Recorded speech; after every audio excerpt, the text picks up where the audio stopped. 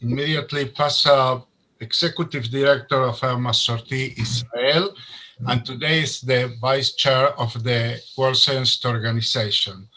But it's Masorti. What? No. But the most important is the voice in Israel of the Masorti Judaism and the defender of the pluralism and democracy here in Israel is one of the most important voices in our days in Israel. And it's my pleasure to first of all to thank him to accept to be with us today. And הבמה שלך, יזהר. Thank you, Rabbi Mauricio.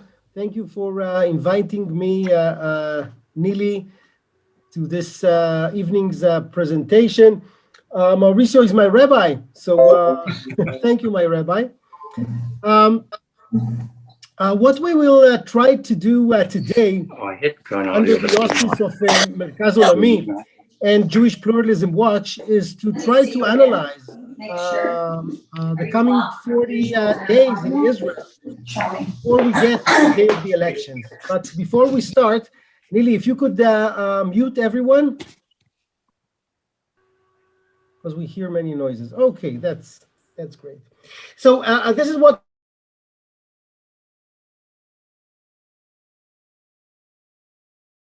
יזהר, עשיתי לך מיוט גם, אז תעשה לך מיוט, כי זה היה הכל או כלום, סליחה. מעולה. Okay, so we'll start now officially. In a few weeks, Israel is going to have an elections once again, and this evening with you guys from all over the Masorti world, I will try to see what is different, what could be different, how it is built towards the March 23rd, and what can we expect from the coming elections. In a few days, we will be having a panel with a few candidates to the Knesset, and I'm sure it will be both important and insightful. But I think that in order to understand it better, we need to get to know the figures that are trying to get que están tratando confidence and to see how it might reflect state and religion in Israel today. Now, with your permission, I'd like to share with you a presentation that we prepared. נילי, תקחי כמה תמונות תוך כדי, בסדר? Okay. So,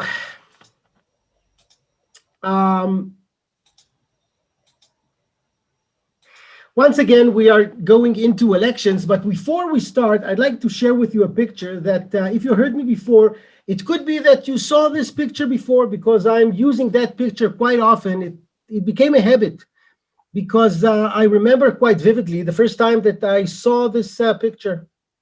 I was surfing in the internet a few years ago, and by coincidence, I got to see this wonderful picture. I didn't know where was it taken and when, and I tried to investigate, and slowly but surely, I got the data I needed, and it made this picture even more interesting to me. This picture was taken in November 29th, 1947 in Tel Aviv, in Mughrabi Square. Mughrabi Square does not exist anymore. It was right next to the Mughrabi Cinema. The Mughrabi Cinema does not exist anymore. But this picture, I think, exists very much in our collective memory. And what is so interesting in this picture, what is the dominanta, the thing that is so dominant in this picture, are the eyes. Look how almost each and every pair of eyes in this picture tells you a story. A story of joy and of fulfillment, of pride, and of people are glad here, people are cheering. And it was because the fact that in 6 months from that day, the state of Israel will be declared by David Ben-Gurion in Tel Aviv, but also because of the core values that were part of Zionism from the very first beginning of Zionism: democracy, pluralism, equality. And I think that these values came into materialization in the Declaration of Independence of the State of Israel, Megillat HaAtzmaut. Our semi-constitution, Israel doesn't have a constitution, as we all know, but this document, this important document that was brought to sign 6 months later than that celebration in Tel Aviv and all over Israel, put into a document the core values of Zionism. And it's not it's not a given that in the midst of the war of independence, the most challenging, the most awful war that Israel ever had, a war that caused us casualties in numbers that are not precedented. 1% of the population was killed, of the Jewish population was killed in the independence war. And in the midst of that war, the leadership of the newborn state decided to sign the document that set in stone the core values of who we are. And we promised ourselves that we will be running this entity in a democratic way, with respecting both minorities and ideas and beliefs. And it's not necessarily that we were able to live up to all the things that we promised ourselves that we will be living up to, but still, this is something that we aim to do and always aim to do better. Now, I'm bringing it as a beginning because some of these issues are definitely critical to our existence as a country, and our existence as a movement. Some of the challenges of our democracy are definitely challenges that we are talking about constantly. But at this presentation, when we are talking about Israel's democracy at large, I want to pay respect to the fact that in a hostile environment, we were able to keep our promise and to keep a democratic regime, not a perfect one, but a democratic system that I still think that we can be proud of in spite of all the difficulties it has.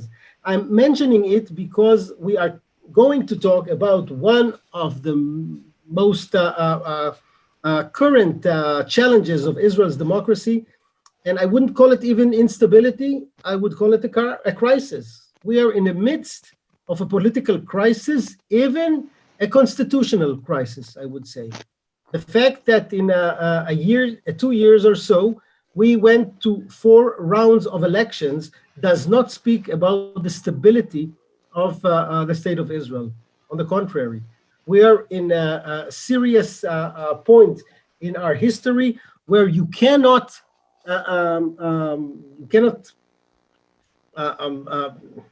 be relaxed when you think about the future of Israel's democracy, when 3-4 times in a row we are in a place where we cannot explain to ourselves what really happened. Now, it's not necessarily the right way to analyze it, because I think, yes, things happened, and there is a good reason for Israelis to go once again to elections.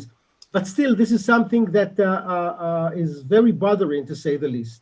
Now, when you analyze democracy, one of the most important things to bear in mind is the voter turnout.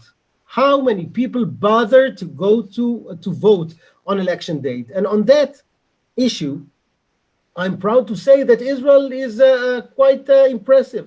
You can see here different countries and the turnout of voters when they have elections. And as you can see, Israel is quite a good place, between South Korea and Germany. I must say about Switzerland that I envy in Switzerland. Probably they don't have enough problems to run necessarily to vote when needed. But on Belgium, to the other side, it's not that it's not by coincidence that Belgium citizens are voting that high. It is mandatory to go to vote in Belgium. So therefore, it's not necessarily a place to compare. But I would like to compare Israel. Here, it's the data from 2015. We'll get later to the data of this year.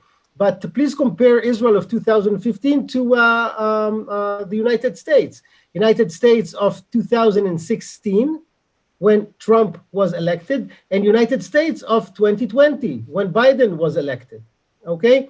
When Biden was elected, definitely a milestone in Israel's, in United States democracy. 66% of the American people bothered to vote, which is quite high, but still not as high as it was in 2015 in Israel, and not as high as it was in the previous round of elections here in Israel. Here you see the graph from 1949 to the very last elections in March 2020. And you can see here that in 1949, right after the Declaration of the Independence, 86%, almost 87% of Israelis went to vote, which is quite impressive. And down the years, it went slightly down until 62% in 2001. In the last round of elections, it was around 70%. It means that in spite of the fact that Israel is indeed in a constitutional crisis, a political serious problem, still the majorities of Israelis, and not only the majority, the vast majority of Israelis do bother to go to vote. It means that they do believe in the system, that they are trying to seek for a democratic solution, and they did not let go of the belief that it can be fixed. Now, it's interesting to learn some pieces of data that not necessarily, even not every Israeli knows. Of course, we know that we have in the Knesset 120 members, but not every Israeli know how many voters you need in order to get one seat in the Knesset. So it changes from one election to another because it's based on the number of people who actually voted. But in the last round of elections, it was 38,255 voters per one seat in the Knesset. But it's not enough to get voters for one seat. You need to get to pass the threshold. And the threshold in Israel is 3.25. 3.25, and when you calculate it to voters, it's about 125,000 voters. So in order to get into the Knesset, in order to have your list be represented in the Israeli parliament, you need to convince 125,000 voters at least to vote to your list. Compared to bigger countries than Israel, it's nothing. Okay. Compared to the last Zionist elections in the US, it's not nothing. But still, it's not a huge number of people. But that number will play a major role in the coming elections next month. And in a second, you'll see why. But first, the comic relief.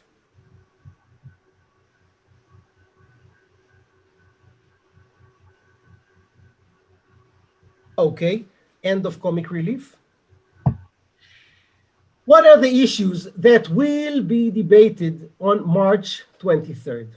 Now, I was thinking quite seriously about the different issues that we will be talking about in the coming elections. When I analyze, without knowing the Israeli political system of today, what are the serious issues that needs to be discussed.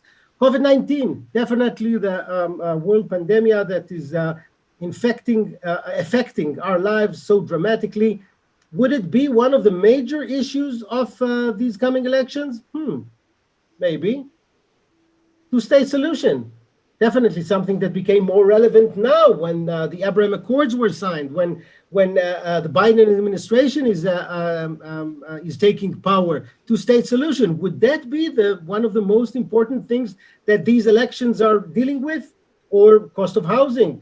We know that in Israel is a major drama. It's a serious thing that determined elections in the past. Would that be one of the issues? Maybe the Iran deal? Something that is discussed in the world papers, something that should be discussed. It's so important for Israel's future. Jewish national state law. I remember elections when that was the most important thing to discuss, or state and religion, matters that we care so much about. But as you can imagine, none of the above is discussed seriously in these elections. None of these issues will be determined who will be Israel's prime minister. And it's interesting because all of these issues are so dramatic to Israel's future, yet there is one issue that the Israeli society is debating about, that the Israeli political system is deliberating, and it's the personality of the prime minister of the state of Israel for the last 13 years. Yes, Bibi versus no Bibi. This is basically the fundamental question that the Israeli public is analyzing when they go to vote on March 23rd. On these two sides of the screen, you can see the two Bibis that are being discussed. One on your left side, King Bibi. The cover of the front page of the Time magazine is definitely one of the cover pages that the Netanyahu family would like to remember. Netanyahu is definitely one of the most influential politicians in the last 30 years in the world, not only in Israel. He is one of the most impressive, influential statesmen on the world stage when it comes to diplomacy. You can like him or dislike him. You cannot ignore the fact that he is very, very influential, the fact that he is fearless, the fact that he is one of the most known politicians in the world in the last few decades. From the other side, it's interesting. It's like a play of words in Hebrew. As you remember, this format of flyer was used by President Obama when he was running for election with the slogan, "Yes, we can," where here a bright copywriter used the same slogan and translated quite differently. Instead of "Yes, we can," which is in Israel, "Ken anachnu nuchal," he changed it to "Ken Nochel." Nochel is a crook, is a fraud. So basically, in this interesting flyer that is definitely against Netanyahu, we have the two spectrums. We have the spectrum of what people think of Bibi. You are not indifferent when it comes to Bibi's Prime Minister Netanyahu's personality. Half of the Israeli public, and it's really in the last few rounds of election, we saw that it's half and half. Half of the Israeli public thinks that that he's a crook, that he's not reliable, and half of the Israeli public really believes that he is the right leader for Israel to be prime minister for many more years to come. Now, I must tell you something about Benjamin Netanyahu. This is a picture from one of the meetings that we had with him when we negotiated the Kotel agreement. And Benjamin Netanyahu is an impressive person. When he enters the room, when he speaks, you are not only taken by him. When he leaves the room, you need to remind yourself why you do not agree with him. He has this ability that few politicians have to be influential, charismatic. He knows the matter that he's discussing in details in a very, very impressive way. At the same time, Israel doesn't have limits to the number of times that its prime minister can be elected. And after 13 years in power, I think that we are at a stage when many Israelis, again, half of the number of Israelis, are thinking whether he should or should not continue. It came to be materialized in the last round of election in March 2020. These were the results, as you can see. There were opposed Netanyahu, 55 members of Knesset, for Netanyahu, 58 members of Knesset, and in the middle, Israel Beitenu, Lieberman's party, that back then, although this party is part of the right wing in Israel, decided, Victor Lieberman decided that he will not agree to the continuation of Bibi Netanyahu's role as prime minister. And therefore, we were right before, I think, a place where some kind of revolutionary, a new scenario would have been come together with some kind of rotation without Benjamin Netanyahu. And then something dramatic happened that can happen only in politics. And this is the change of policy of Benny Gantz, the head of Blue and White, that on one night decided to sign an agreement with Benjamin Netanyahu. It was a year ago, March 2020, 6 weeks later than March, signed an agreement that made him the alternate prime minister and basically dismantled Kahol Lavan, dismantled Blue and White, dismantled the big camp, and he led that camp that wanted to see Benjamin Netanyahu steps down from his role as prime minister. I'm sure that Benny Gantz did what he did in good intentions, and I'm sure that he truly believed that he does what he did for the sake of the state of Israel. At the same time, it's quite obvious today. It's quite obvious because he says it clearly that he was mistaken. He thought he was doing well, but probably even when they signed the agreements, Prime Minister Netanyahu did not think that he will get to the point where he will be giving the keys for the government to Benny Gantz.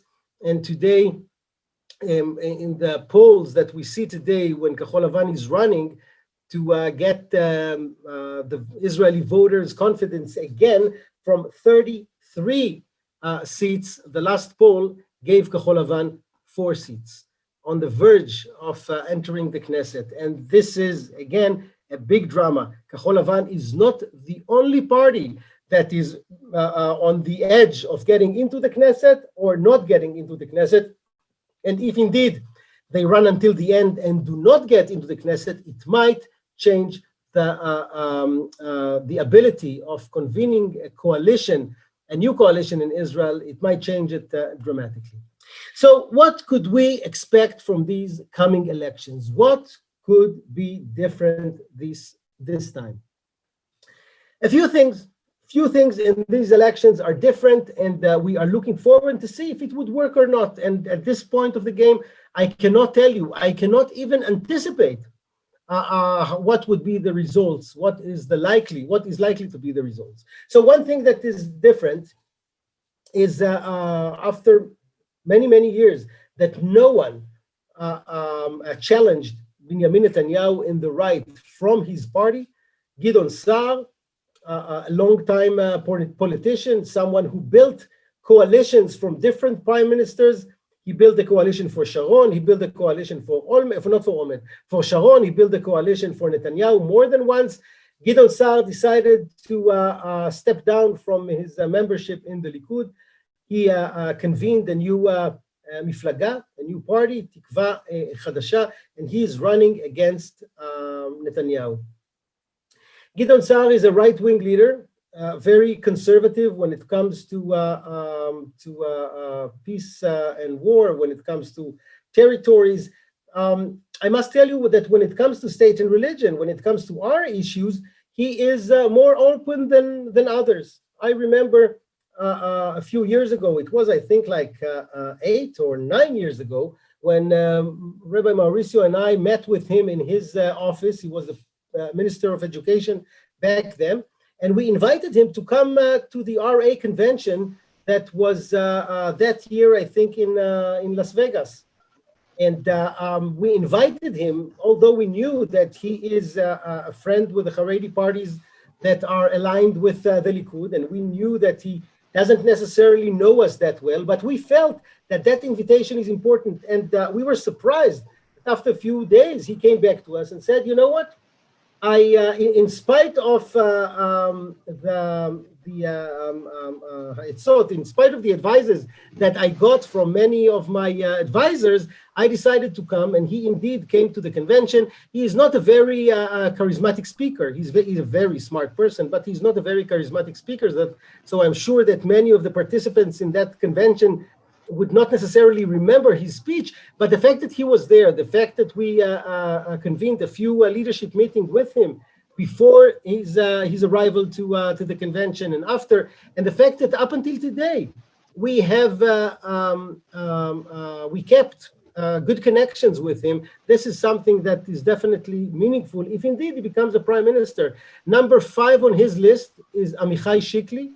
Amichai Shikli is the son of Dr. Eitan Shikli, who was the CEO of Tali for many years. Amichai Shikli is a very right-wing leader, yet he is no, excuse me, I'm number 5, not on his list, on Bennett's list. We'll get in a second. On Gideon Saar's list, we have another ally who is Dr. Dani Dayan, who was the Israeli consul in New York, and also quite open to our causes. So in Gideon Saar's partly, I think him himself and another ally in the list are people that we might be able to work with if indeed they come into power and are successful. Another person that made a step in this election, although he was for many years now a very active member of the Israeli political arena, is Naftali Bennett. Naftali Bennett is an opponent to Prime Minister Netanyahu for many years, but they did collaborate many years before that. He was the chief of staff of Benjamin Netanyahu. Naftali Bennett, we remember him fondly for his help with the Kotel Agreement and for the platform that he built for us there. And when I talked about Amichai Shikli, I meant number 5 on his list. Amichai Shikli is a Noam graduate and the son again of Dr. Eitan Shikli. It means that in these 2 right-wing parties, we have some allies to work with if indeed they come to power. I'm not saying that it's likelihood for them to either Naftali Bennett or Gideon Saar to convene the next coalition. But I do think that at least one of them, if not the 2 of them, will be major players in the coming coalition. Definitely something that is very dominant in today's elections is the fact that Netanyahu was able to vaccinate a majority of the Israeli citizens. Today, only 500,000 citizens over the age of 50 were not vaccinated. So it means that Israel is in a very good place when it comes to the percentage of people that were vaccinated already. It is taking a role in the campaign. Netanyahu is using every bit of that he can. He even took the, how do you say mazrek? No? When you vaccinate. The syringe. Yeah, well, you know, the thing that where the vaccine is, here you can see it. This is the shot that he got, and he framed it and put it in like an aquarium in his office. So as you can see, he's using it very dramatically. He was the first Israeli citizen to get a vaccine. It's every day on the news. I'm not sure if it will help him. It might. If indeed the number of people that are ill will get down right before the elections, if indeed the economy is reopened before the election, it would definitely help him and his percentage to be reelected. Another something that is very vivid in this last few months when it comes to the pandemic in Israel is the Haredi Autonomy. These are pictures from that were taken during the lockdown in Israel, in Beit Shemesh, in Bnei Brak, in Jerusalem. I know that in other places in the world as well, the Haredi community is not necessarily keeping the law when it comes to lockdown. And this is a phenomena that it's hard to understand.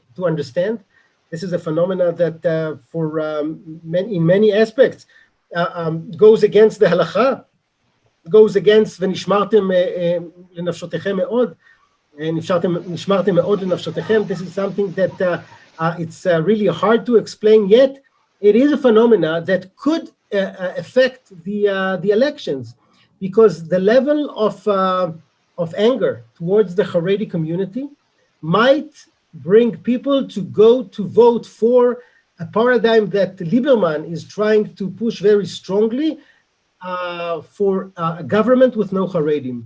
I'm not sure if it's good for Israel to have a government with no Haredim, but this is definitely something that would motivate many Israelis to go to vote this time, because it could be that there is a chance for a coalition with no Haredi parties, because these pictures from all over Israel, even from yesterday on Motzei Shabbat on Kever Rashbi in the Galilee, 3,000 Haredim gathered together, no masks, no social distancing, nothing. This is something that bothers many Israelis, and not only bothers, make them angry to the highest degree.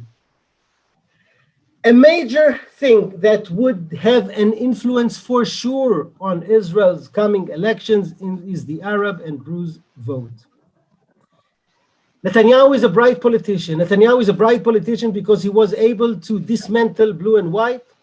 He was able to harm Yamina, Naftali Bennett's party, and he was able, right before this round of election, meaning the fourth round of elections, to dismantle the unity list of the Arabs.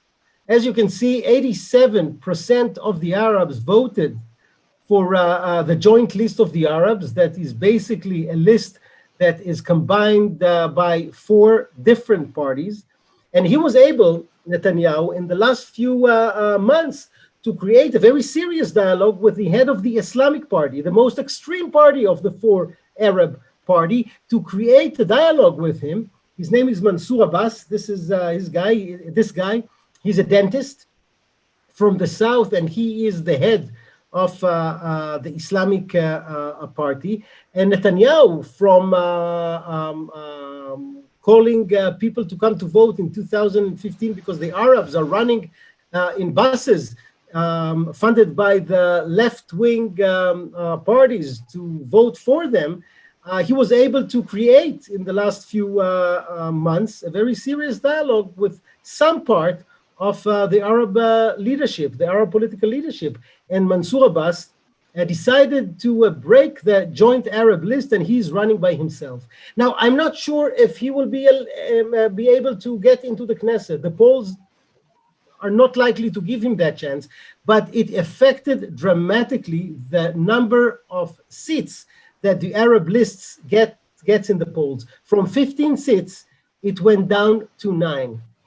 It means that whether Mansour Abbas gets into the Knesset and signs a coalition agreement with Netanyahu, or if he fails to get into the Knesset, and all his voters, all the people who voted for him are lost in the elections, that would definitely have a serious impact on the center and left-wing bloc in these elections. And this is something that only a bright politician like Benjamin Netanyahu could do. He was able to dismantle many of the parties that are running against him. You need to be a very sophisticated politician in order to do so. The last thing that he did, in order to make sure that the right wing will not lose votes, the right bloc will not lose votes, every pressure he could, he put on these 2 extreme right-wing leaders, Bezalel Smotrich and Itamar Ben-Gvir. Itamar Ben-Gvir, on your right, is a Kahana successor. He was 14 when Rabbi Kahana was assassinated, but still he is his Talmid, he's his follower, and he signed an agreement to run on one list with Bezalel Smotrich of the far right, and together, almost in all polls, they are getting into the Knesset. It means that in these coming elections, Netanyahu did brutally whatever he could in order to make sure that the right-wing bloc will not lose votes. It was not the case in the last 3 rounds of elections. In this round of elections, the right-wing bloc is coming to the date of the elections quite organized. Now, what happens in the other side? Crisis. It might be changed, but it's a crisis. These are the leaders of the different parties on the center and left part of the political arena in Israel. 2 of them already said that they will not be running, Huldai and Shelach. But still, we have here, as you can see, 5 different parties. Some of them are alike, and two of them are not likely. One of them is not likely to get into the Knesset. It's on the very right side of the screen. Yaron Zalicha is a professor for economy, and he is running with some good ideas, but none of the polls give him chance to get into the Knesset.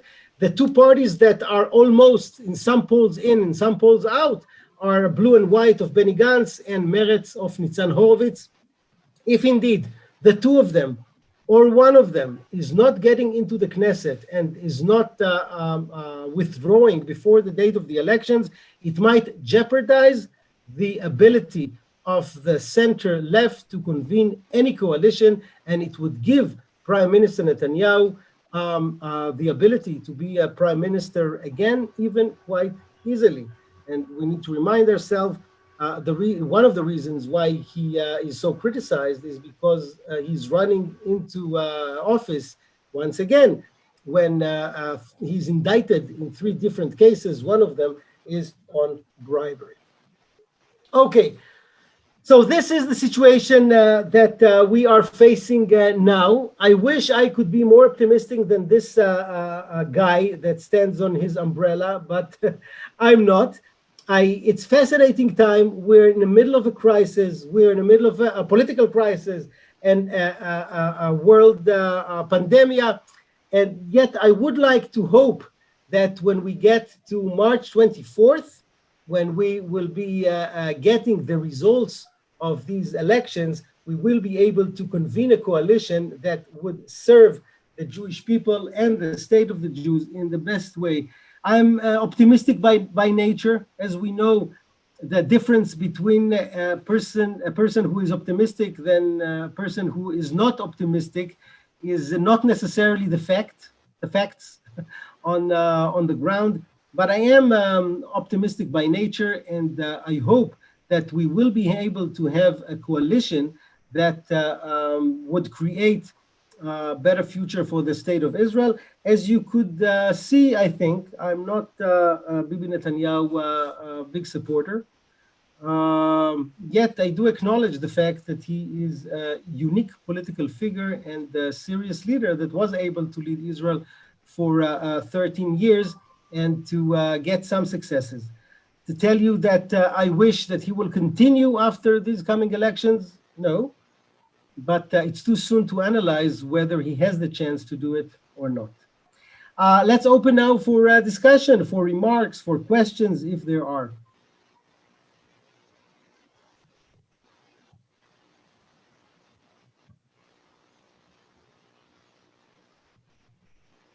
Nili, will you be running it? And if you want to ask a question, simply unmute yourself. Yes, David. Yes, you said the Ra'am party is the most extreme of the Arab parties. So in what way has their policy changed in order to make it possible for them to be collaborating now with Bibi as a potential partner, if I understand correctly what you said? Yeah. So it's interesting because one would thought that they wouldn't even consider doing it. Well, politics is a creative phenomenon. First of all, he approached them. He wanted to speak with them, and he wanted to negotiate some kind of benefits to the Arab sector, and they are pragmatic politicians, and they said, hey, if the prime minister is willing to and it was before the elections, if he's willing to give us some benefits to our sector, why should we say no? Let's talk with him. Now, when the left-wing parties, as well as some Arab parties who were against that negotiation, came to them with demand, how could you do it? You are betraying the Arab interest. How could you dare, speaking with Benjamin Netanyahu and even considering sitting in a coalition with him? I must say that Mansour Abbas had a very good answer. He said, we backed Benny Gantz to convene a coalition. It wasn't easy for us. He was the chief of staff of the IDF. We never did such a thing, but still we thought that he will be keeping his promises and will convene a coalition without Benjamin Netanyahu. So we went to the president, and remember there is a consultation process right after the elections that each list tells the president whom should get the first chance to convene a coalition, and they indeed said that Benny Gantz is their candidate.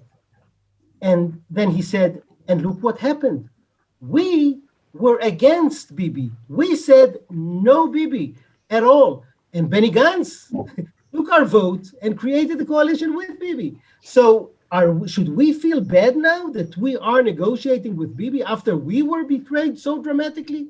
And I must say, since they do not think and they do not want to be active members in any coalition, whether it's a right-wing coalition or a left-wing coalition, and since they do say that their main interest is to get benefits to their sector, to the Arab population in Israel, I do see a political wisdom in the way that they're negotiating and conducting their business.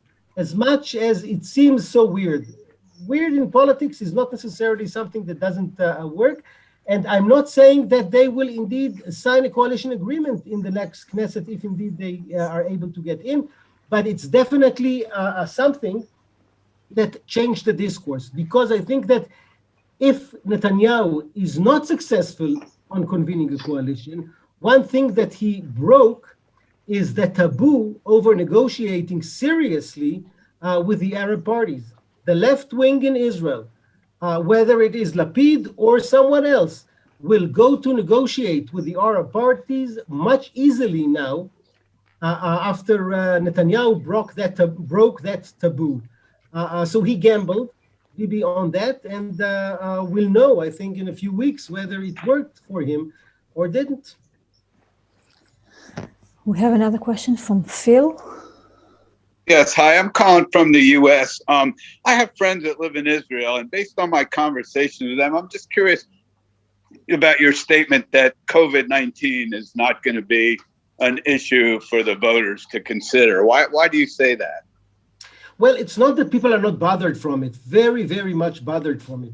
But the fact that our economy is collapsing and still the Likud gets 30 seats and still the people are backing Netanyahu in almost the same numbers that he got before tells you that it didn't touch dramatically enough the political discourse. People are bothered, people are paying heavy prices. But again, the fact that the political equation did not change that much tells you that it's not the thing that would motivate people to go to vote and to change their minds. People are only more strengthening in their own positions than that they had before. So this is why I analyzed it this way. Thank you.